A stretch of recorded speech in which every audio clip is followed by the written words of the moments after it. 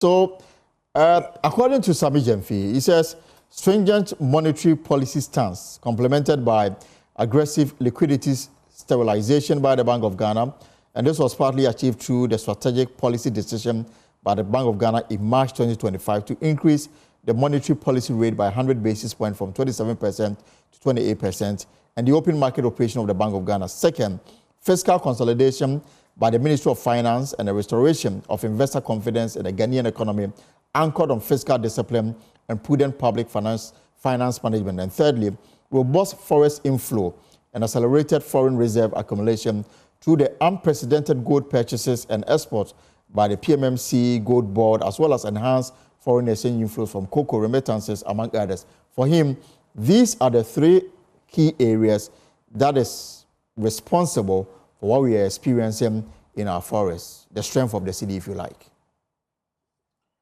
Well, let me say that, yes, there are different factors that drive the movement in exchange rate. It will not be right for anybody to say that the movement we are seeing in the CD dollar and the other currencies, the rate is basically one thing, just one factor. At any point in time, depending on the circumstances, different factors may lead to the drive in the part of the performance of a particular currency. In this particular instance, you cannot rule out some of the issues you just mentioned, because we have seen how the US-China tariff or trade wars have affected the performance of the US dollar. And so technically, if you're into competition with someone and something happens to that person and his performance goes down, even if you don't put up any effort, you start to have competitive advantage over that person. So that is there. There are issues about market sentiments. There are issues about investor or market reactions and all of that. But just as you ended your statement, one of the key factors that undeniably is contributing to the greater performance of the city now is the issue of gold and the role that gold proceeds is playing in the performance of the currency. Give or take, whether market sentiments, investor confidence, import-driven or demand issues, the bottom line of the performance of any currency boils down to demand and supply. And so the rule of thumb is that at any point in time, managers of the national pairs will have to ensure that there is adequate supply of the foreign currency, which is dollar, such that if demand is low, you have a higher advantage, or at any time that demand increases, you have dollars to supply. If you look at the trajectory and the time series data and what has been put out so far by Gold Board and government, it points to one thing, that there have been significant injection of dollars into the Ghanaian economy, effective March, April, and May.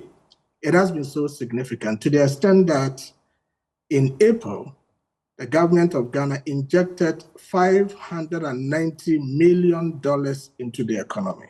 This is about $500 million. Right. This has not been the practice.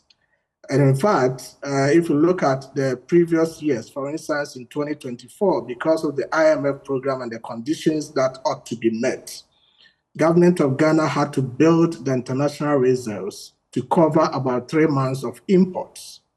By December, government had been able to build more than 3 months of imports. And until government was able to do that, the government of Ghana was restricted as to how much dollars it can intervene into the market. Because of the IMF program? Initially, it was $80 million. And then later, the IMF brought it down to $60 million.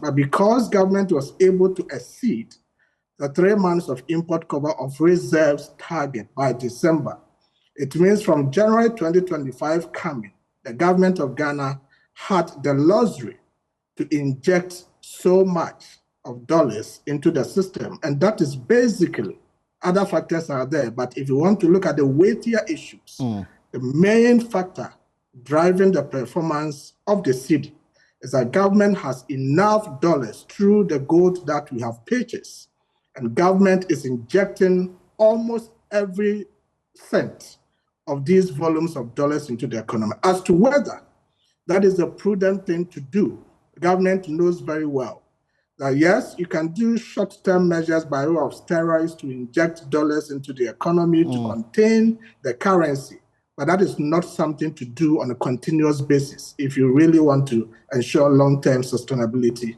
of the currency. But basically, that is what is happening. But